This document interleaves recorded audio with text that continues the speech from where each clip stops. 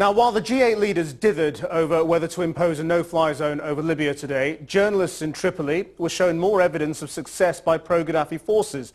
They were also taken to see a British man who had been arrested on charges of sedition for his alleged part in the uprising. However, his wife told Channel 4 News he was in Libya to visit relatives, while here the Foreign Office are making urgent inquiries about his safety.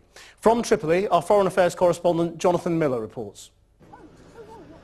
In the Orwellian world of Colonel Gaddafi, foreign reporters are on a tight leash now. We're restricted from going anywhere on our own. Minders from his regime bus us around to staged events the brother leader wants us to see. We're not even entirely sure where we are. We've been brought to a prison, we're told, where there will be Al Qaeda people who were caught fighting in Zawiya last week.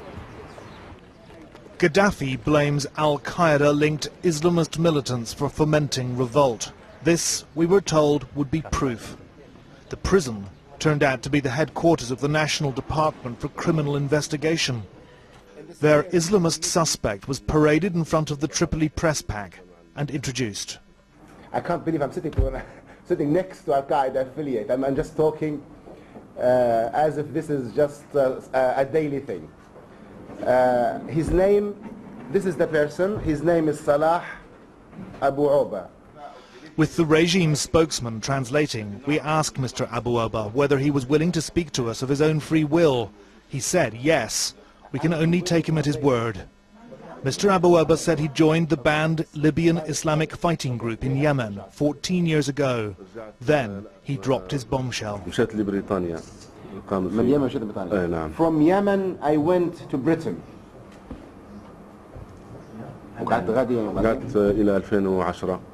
I stayed there in Britain until 2010.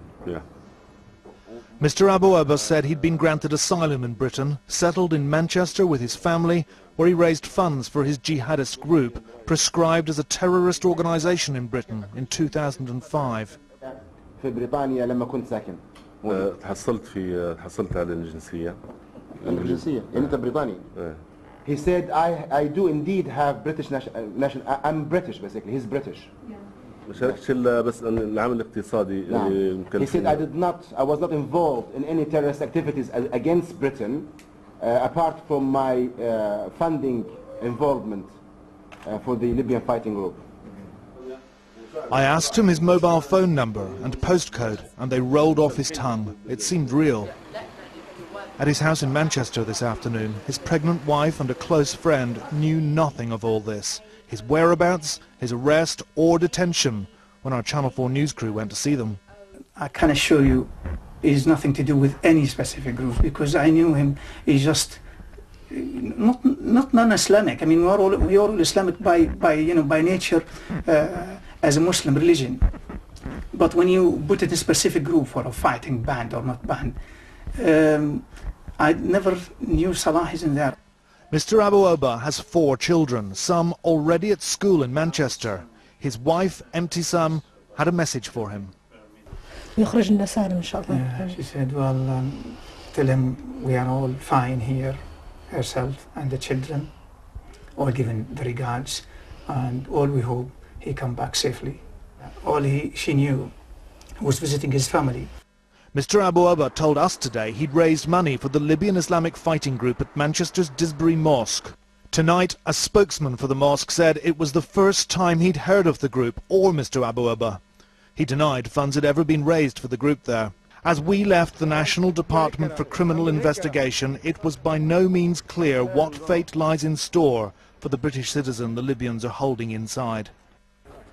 What we didn't expect to get in the heart of Colonel Gaddafi's security establishment here was an insight. What I was trying to say was that here in Tripoli we hadn't expected to gain an insight into the alleged activities of an outlawed Islamist group in northwestern England. Mr. Abu Oba told us he hasn't sought British assistance, although his family now says they will.